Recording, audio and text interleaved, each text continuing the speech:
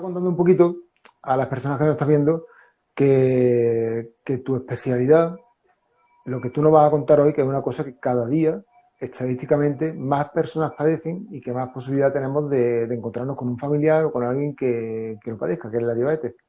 Y estaba diciendo que eres una persona súper preparada, que aparte de estudiar ciencias del deporte, que te has decidido por la diabetes por algo muy particular, muy personal. Y quería que fueses Sí, tú el que nos comentase exactamente cómo ha sido tu trayectoria y, bueno, y cómo has acabado tratando este tipo de enfermedad. bueno, pues realmente todo empezó antes de lo que yo me creía, ¿no? Yo empecé a estudiar lo que es la carrera, el grado, y sí me empezó a gustar mucho el tema de la patología, pero realmente mientras yo estaba estudiando la carrera, lo que más a mí me motivaba era el tema de la escoliosis Sí, y el tema de la adaptación, porque yo padecí una escoliosis fuerte en la adolescencia, ¿no? Y como en todo, hay muchos mitos, muchas cosas que se estaban haciendo mal y me decanté por ahí.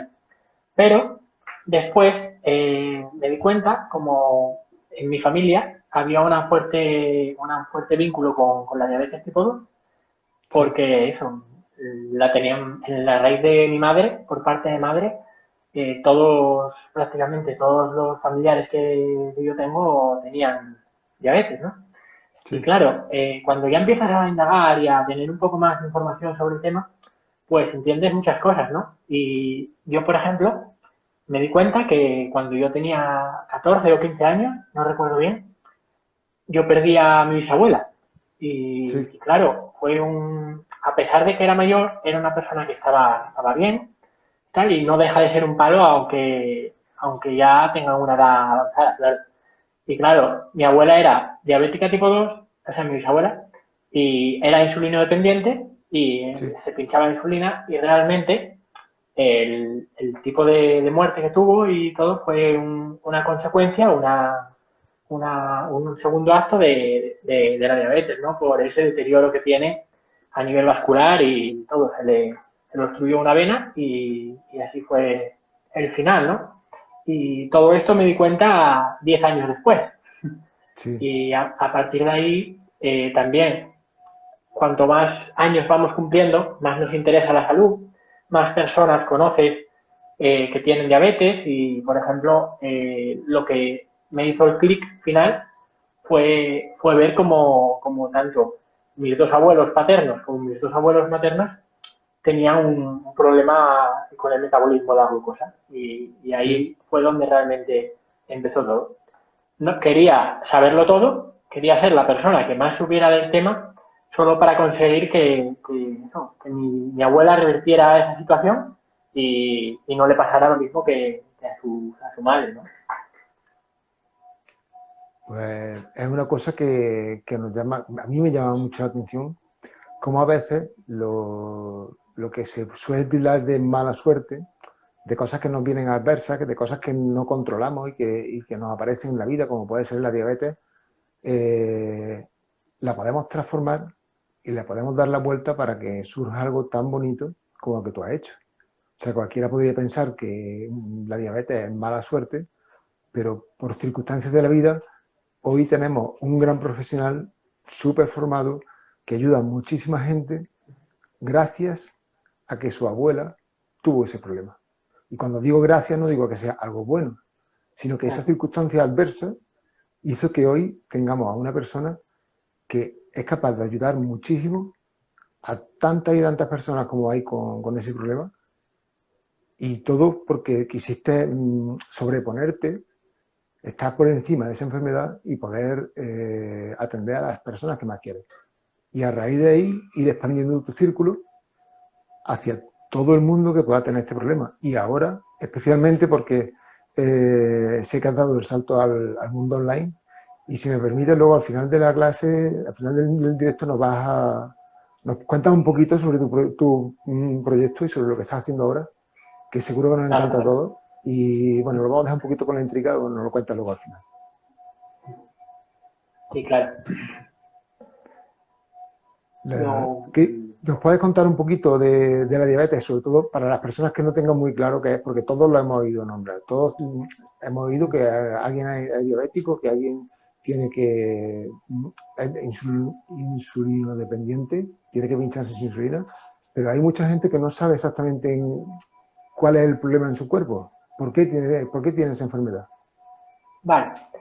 Aquí siempre a mí me gusta diferenciar para explicarlo que no todas las diabetes son iguales, ¿no? Y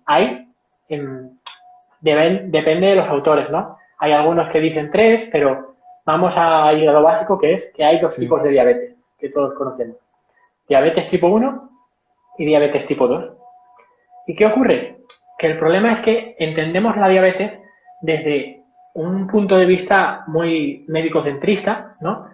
Y como ya se está cambiando esto con el paso del tiempo, pero como nos enfocamos siempre en mirar más el síntoma que la causa y el problema, pues aquí viene la confusión que tienen muchas personas con los tipos de diabetes. Porque aunque ambas diabetes se llamen igual, a mí me gusta decir que son enfermedades realmente contrarias, ¿vale? ¿Por qué? En la diabetes tipo 1 es una diabetes que solemos encontrar en personas más jóvenes. Es una enfermedad que se considera autoinmune. ¿Esto qué quiere decir? Que viene de un deterioro de nuestras defensas. Aquí lo que sucede es que tus defensas se confunden y se vuelven un poco locas, y lo que hacen es atacar y destruir las células betas del páncreas, que son aquellas células encargadas de producir insulina, que es la que regula nuestros niveles de glucemia. ¿Vale? Esto no tiene nada que ver con el otro tipo de diabetes, porque esta diabetes es una diabetes que viene a causa de que tenemos muy poca insulina. Tenemos una cantidad de insulina insuficiente para regular la glucosa de manera eficaz, ¿vale? Sí. El otro tipo de diabetes, el conocido como diabetes tipo 2, sucede un poco lo contrario, realmente. Lo que sucede es que estamos expuestos, tanto por causas genéticas como epigenéticas, lo que nos exponemos es a niveles altos de insulina de manera crónica, ¿no? Entonces, ¿qué ocurre? Que al exponer el cuerpo de manera crónica a la insulina, tu cuerpo se vuelve resistente a ella, ¿vale?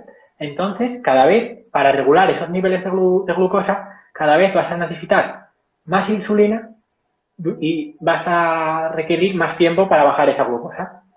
Entonces, ¿qué ocurre? Que llega un momento que cuando tu páncreas ya no puede producir tanta cantidad de insulina, sí es verdad que necesitas inyectarte, pero eso no es la base. Tenemos que entender la diabetes tipo 2 como que es una diabetes a causa de un exceso de insulina, ¿vale? Por esto digo que son enfermedades contrarias. La diabetes tipo 1 viene dada porque no tenemos insulina suficiente, y la diabetes tipo 2 viene dada por lo contrario, porque tenemos un exceso de insulina en el torrente sanguíneo. Claro, el tema de la diabetes tipo 1 es más, digamos, aleatorio. O sea, cuando nos toca y yo creo, por lo que tengo entendido, hay poca capacidad de decisión por nuestra parte de si la vamos a padecer o no. Es una enfermedad que nos aparece y listo. Pero la diabetes tipo 2 sí que es una enfermedad que podemos controlar y que podemos prevenir activamente, y que somos nosotros los que decidimos, aunque tengamos más o menos predisposición, llevar unos hábitos de vida saludables y que nos permitan no tener que enfrentarnos a esta enfermedad, que nos permitan no exponer a nuestro cuerpo a esa cantidad elevada de insulina durante tanto tiempo, y que nuestro páncreas produzca en cantidades normales y que nuestro cuerpo lo asimile en cantidades normales. Se puede evitar, se puede eliminar, se puede curar la diabetes tipo 2. Bueno, pues en primer lugar, hacer un inciso anterior. Se sabe hoy en día a nivel científico que la diabetes tipo 1, aparte de tener unos factores genéticos, suele verse disparada por fuentes grandes y esporádicas de estrés, ¿vale? Así que se ve en muchos casos que normalmente tenemos ese gen ahí. Es más, ya con lo que tú comentaste muy bien anteriormente, yo ya tengo la diabetes, te ha tocado, pero muchas veces las fuentes grandes de estrés son los que disparan esa diabetes. Y si tú hablas con una persona con diabetes tipo 1, muchas veces te encontrarás un nexo común, que es, a mí me dio esto por el estrés, cuando yo me separé, cuando mi hijo se murió, cuando mi... suele venir por ese tipo de aspectos. Pero es verdad que si te toca y tú tienes que luego optimizar tus hábitos de vida para que puedas vivir el mayor tiempo posible y a la mayor calidad posible. Pero sí es cierto que la diabetes tipo 2 es una enfermedad que muchos autores consideran como que te la has buscado, ¿no? Que es una enfermedad que Sí, llaman de estilo de vida, ¿vale? ¿Por qué? Porque realmente es una enfermedad que viene por un deterioro en el metabolismo de la glucosa progresivo. Mucha gente piensa que se levanta un día y de repente tiene diabetes. No, el cuerpo no funciona así. Es una escala de grises muy, muy grande, ¿no? Y a la vista está que se puede saber hoy en día el problema metabólico que puedes tener de 0 a 100. Es decir, tú puedes estar muy bien, tener mucha flexibilidad metabólica o puedes ir tolerando cada vez un poquito menos los hidratos de carbono. En cuanto a esto, yo, por ejemplo, el año pasado, en abril, creo que fue, yo hice sí, un estudio aquí en Sevilla con personas mayores de 55 años, ¿vale? Y lo que hacía era medir su metabolismo de la glucosa, ¿vale? Y después les hice diferentes tipos de entrenamiento para ver qué entrenamiento era más eficaz para esto, ¿no? Si quieres, luego lo comentamos. sí, claro. Pero, ¿cuál fue la sorpresa? Que yo había visto muchos estudios que decían que una gran cantidad de población padece diabetes y no lo sabe, ¿no? Es algo curioso. Por ejemplo, el estudio de Schrödinger de 2012 te decía que en España, un estudio que se hizo en España, Sí, una de cada 3 personas mayores de 20 años tienen diabetes y no lo saben, ¿sabes? vaya. Y luego eso, esto fue en 2012. Parece ser que hay nuevas fuentes, que ahora es todavía peor, que a partir de los 45 años, una de cada 2 personas tiene síndrome metabólico. Así que esto es algo muy, muy a tener en cuenta. Y en cuanto a lo que comentabas de si se puede curar, a mí no me gusta decir la palabra curar, me gusta Sí, más la palabra remisión, ¿vale? Y voy a explicar así rápidamente por qué. Curar es un concepto que asociamos a que tú ya te has curado y ya mm, está. Pero yo hablo de remisión, es decir, hablo de que puedes dejar la medicación, que puedes normalizar tus niveles de glucosa totalmente sin necesidad de fármacos ni orales ni insulina, pero realmente tú ese daño metabólico lo sigues teniendo. sí, Entonces, por ponerte un ejemplo, si tú comías de una manera muy bestia, comías muy por encima de tus capacidades y de repente haces un protocolo y consigues normalizar esa glucemia sin necesidad de fármacos, si tú vuelves posiblemente a comer de esa forma, pues realmente no estás curado porque te va a suceder lo mismo, la glucemia se te va a volver a disparar y no vas a poder controlar la situación. a este respecto de que más del 50% de la población a partir de cierta edad tiene, aunque no tenga diagnosticada esa diabetes, tiene problemas con la insulina, me viene a la cabeza que hasta hace pocos años a lo mejor era un tema que se tenía un poco más de lado, porque la persona que tenía diabetes lo tenía y listo. Pero hoy en día hay mucha más conciencia del tema de la insulina porque también le hemos encontrado muchos beneficios. O sea, el control de ese azúcar, de ese hidrato de carbono de absorción rápida, podemos usarlo, por ejemplo, yo con mi grupo lo uso mucho, con las personas que están en control de peso, que se sienten muy fatigadas en ciertos momentos del día, que se sienten flojas, y hacen un análisis de lo que comen, y resulta que coincide exactamente con la parte, con el pico bajo del subidón, te pega el subidón del azúcar, cuando te pega el bajón de la insulina, se siente más flojo, luego recurren rápidamente a algún tipo de azúcar para volver a subir su energía, le vuelve a bajar y están pegando todo el día picos de insulina, picos de azúcar. Y eso les perjudica muchísimo, no ya solamente en el sobrepeso, sino también en el resto de los problemas que puede asociar la diabetes, que a lo mejor no la tienen diagnosticada, pero sí que la están padeciendo y están padeciendo las consecuencias.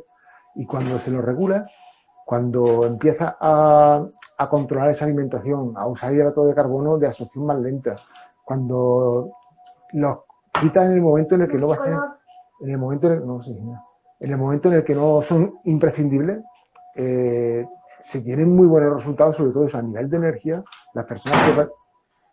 Uy, no lo va a encontrar. Las personas que lo padecen, pues se sienten mucho mejor durante todo el día cuando tú controlas esos picos de azúcar y lo haces mucho más pausado, incluso mediante un ayuno intermitente incluso. Aunque no sea tan esporádico, pero sí que espaciar ciertas comidas y tirar más de grasa, quitando un poco de hidrato de carbono, eso hace que las personas mejoren muchísimo ese tipo de bajones que le pegan la energía a lo largo del día. Sí, sí. Esto viene de un poco de este tema, ¿no? Porque todas las personas realmente, o prácticamente todas, a excepción de igual algún sumo o algo así, normalmente la gente que tiene sobrepeso y obesidad, todos han llegado a esa situación por una resistencia a la insulina. Entonces, ¿qué ocurre? Que ellos, estas personas, toman hidrato de carbono, pero el hidrato de carbono se queda en la sangre, en la glucosa. No es capaz de entrar a los músculos. Esas personas se sienten tan cansadas porque han tomado un alimento muy enérgico como el hidrato de carbono, pero no pueden utilizar esa energía porque tienen ese tapón en los receptores de insulina y sus músculos no pueden utilizar esa glucosa. Entonces, como comentas, si tú reduces esa cantidad de hidrato de carbono que no pueden utilizar y das otros alimentos como grasas saludables, pues sí, realmente las grasas saludables sí la van a poder utilizar como energía. Entonces, ahí el cambio en la calidad de vida y en el tema de la energía y la vitalidad es indescriptible. Últimamente también tenemos más conocimiento de los mecanismos que favorecen que la insulina favorece dentro de nuestro cuerpo. Y cuéntame qué opinas, por ejemplo, acerca del uso del azúcar a la hora de la hipertrofia. Porque la activación de ciertas rutas metabólicas, que no vamos a entrar aquí ahora en más precisión, como el tipo de la mTOR y demás, cómo funciona esto a nivel técnico, pero sí que hay mucha gente que hace hipertrofia y que después toma proteína, pero no aprovecha ese mecanismo que nos puede dar la insulina para favorecer esa hipertrofia. ¿Tú qué opinas acerca del uso de azúcar junto con las proteínas, los aminoácidos que se toman después del entrenamiento? Bueno, pues lo que opino es que, claro, depende del contexto, ¿no? En el caso de un programa de hipertrofia, pues está claro que realmente la insulina va a tener un efecto y sobre todo más que la insulina, también tener reflectados los depósitos de glucógeno, ¿no? Eso sabemos que los depósitos de glucógeno son un sensibilizador y se conecta con muchas cosas, ¿no? Entonces, realmente, meter hidrato de carbono después de entrenar puede ser, y de hecho es beneficioso sobre todo para el tema de la hipertrofia.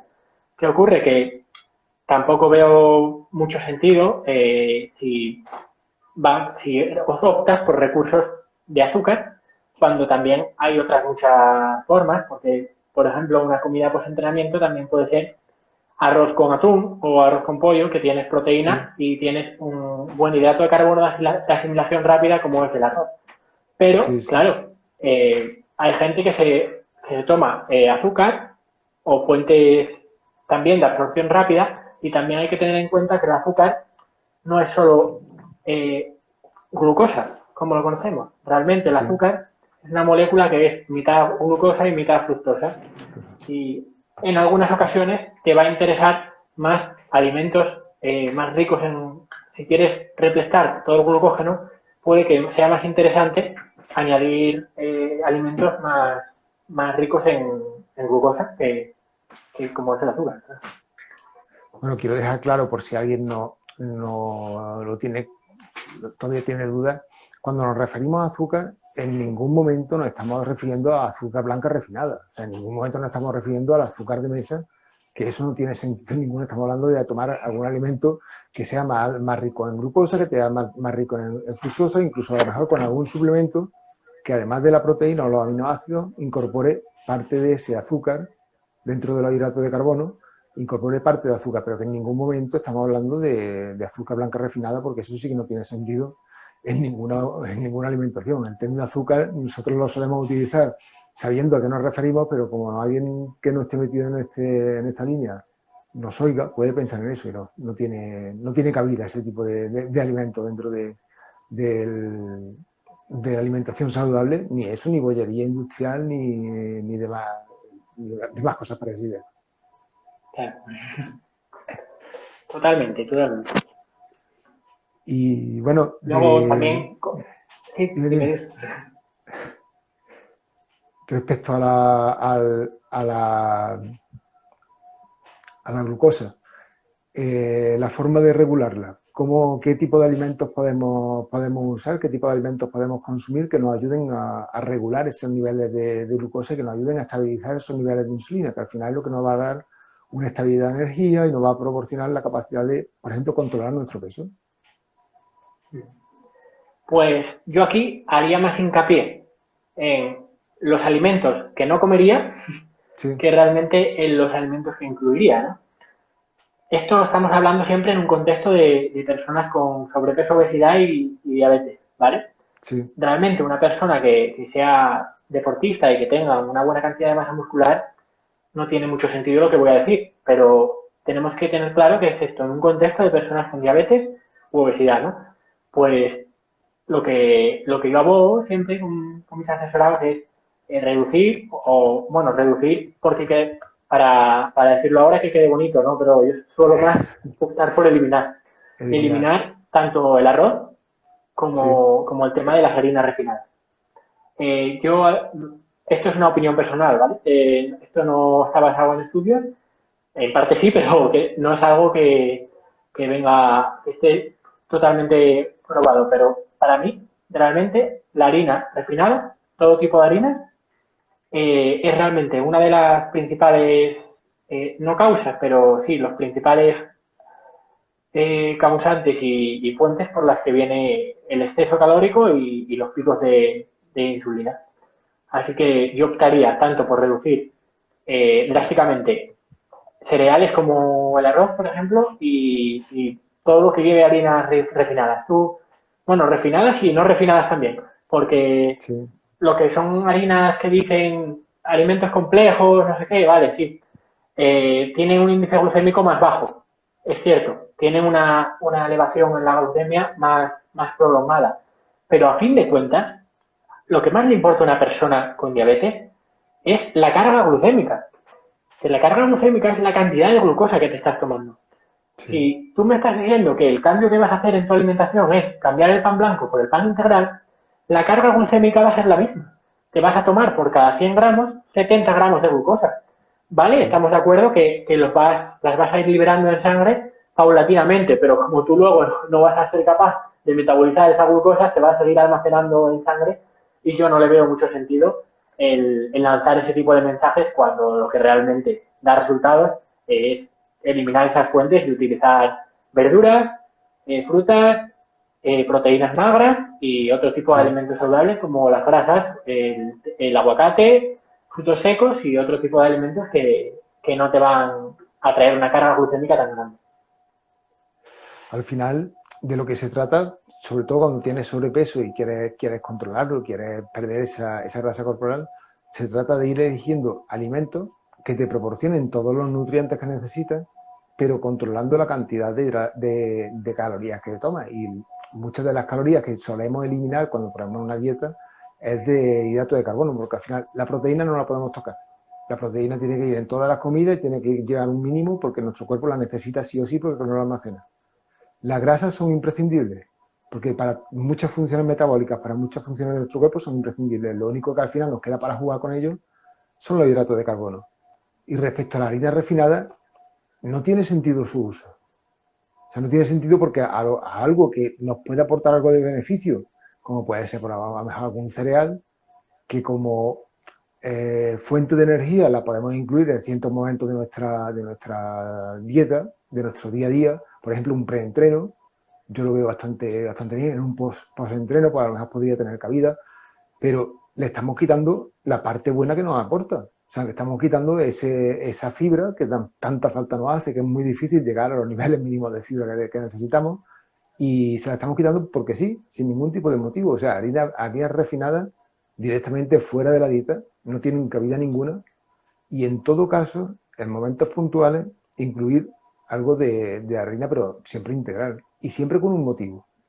Siempre con un objetivo que sea que tú vas a hacer un ejercicio que vas a necesitar, a lo mejor vas a meterte 3-4 horas de bicicleta y tomar cierto hidrato de carbono de absorción más rápida para ese momento en el que empieza, que tienes más requerimiento energético, y cierto hidrato de carbono de absorción más lenta para que te vayan proporcionando energía durante el resto de ese tiempo, aunque vaya aportando un intraentreno que te vaya beneficiando, que vaya aportándote energía, pero que en el preentreno ya establezca ese tipo de nutrientes. Ahí sí, pero lo que es harina blanca refinada, harina refinada, es que carece totalmente de sentido dentro de una alimentación equilibrada. ¿Para qué? Si le estás quitando la parte buena. Es como cuando te haces un zumo de una fruta. No te hagas un zumo de naranja. Estás quitando la parte más interesante de la naranja, que es la fibra, que quitan muchas vitaminas también cuando la quitas. Estás quitándola y estás comiendo una cantidad de calorías increíble porque eres capaz de beberte un zumo de 3 y 4 naranjas, pero no eres capaz de comerte 3 y 4 naranjas. Estás perjudicándote tú a ti mismo por el simple hecho de hacer un zumo. Oye, vamos a tomar un poquito de conciencia, vamos a regular esa cantidad de azúcares que metemos en nuestro cuerpo, que sí, que son saludables, claro que sí. En cierta medida son saludables porque por todo lo que nos aportan, o sea, no solamente por el azúcar en sí, sino por todo lo que viene asociado. Por la fibra, por las vitaminas, por los minerales y por todo lo que nos puede aportar. Y vamos a pagar esa cuota en calorías, en este caso en glucosa o en fructosa, para recibir unos beneficios. Ahora, si no lo vamos a hacer así, si solamente es por usarlo, estamos perjudicándonos a nosotros mismos. Además que el gran problema que tienen esos alimentos, sobre todo eso en personas con diabetes y también en personas con obesidad, es el hecho de, y lo que no te comes por haberte comido eso. Porque, vale, si en un contexto, por ejemplo, de un deportista que se toma 4.000 calorías al día, pues qué más da, porque esa persona ya ha comido sus verduras, ha comido su grasa saludable, ha comido su proteína, pero la realidad es que tenemos una saciedad y si tú te sacias tomando un alimento que no es bueno para ti, después no vas a comer los alimentos que deberías, porque ya no tienes hambre. Y es así de sencillo. Puede resultar un auténtico sacrilegio y una condena tener que comer sin hambre. Así que eso es importante. Y eso, lo que tú dices, dependiendo de cada caso, cada persona tiene unas necesidades diferentes. Por eso es importante que cuando alguien trata de perder peso o trata de obtener un mejor rendimiento en el gimnasio, cuando hablamos de alimentación, esté asesorado y no vaya cogiendo dietas por ahí por el mundo de las que me encuentre por internet o de las que sino que busque un nutricionista, busque un coach, busque un entrenador que se lo haga personalizado para él.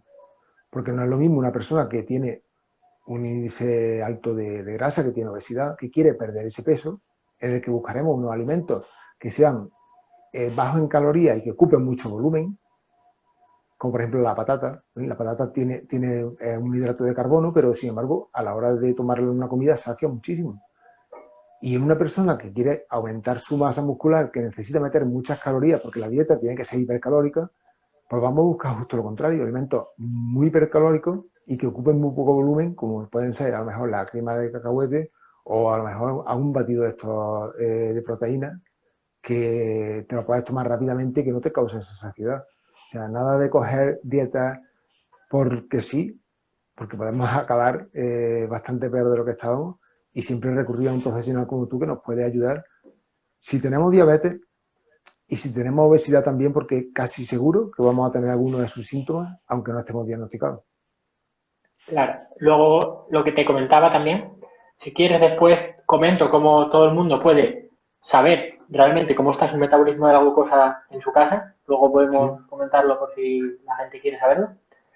Pero nada, también decirte que desde, bueno, la evidencia científica lo deja claro, ¿no?